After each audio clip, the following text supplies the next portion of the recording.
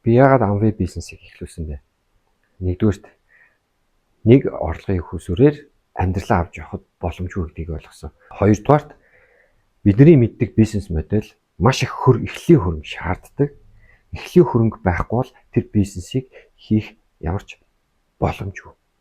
Дахиад дагаад маш их эрсдэлтэй.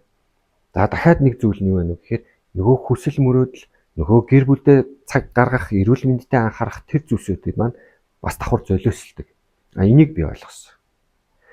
Гуравдугаарт нэмэлт хөрөнгө оруулалт шаардлагагүйгээр шууд эхлүүлж болох дахиад миний хүсэж байгаа бүх зүйлийг багтаасан ийм бизнес модель байсан учраас энийг сонгож хийсэн.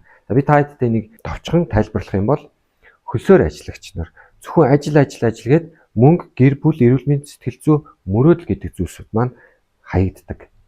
За жидүү буюу жижиг дунд үйлдвэрлэл хуваарь бизнес эрхэлж байгаа хүмүүсүүд болохоор за ажил дээр бол цаг хугацаагаа хангалттай зарцуулж байгаа, дагаад мөнгө нь орлого нь бол нэмэгддэг. Гэхдээ арталт нь гэр бүл, эрүүл мэнд, сэтгэл зүй, мөрөөдөл гэдэг ингээ хаягдж байгаа тийм. За тэгэхээр том бизнес гэдэг байгаа миний хийгээд байгаа зүйл маань болохоор хөрөнгө оруулалт, эхлэлийн хөрөнгө оруулалт шаардлагагүй мөртлөө маш их эрсдлийг хаадаг. За дахиад өгж байгаа зүйлс нь юу вэ гэхээр сэтгэл зүй, эрүүл мэнд, гэр бүл, ажил, карьер, мөнгө санхүүгээд бүх зүйлийг жигэд өгч чаддаг.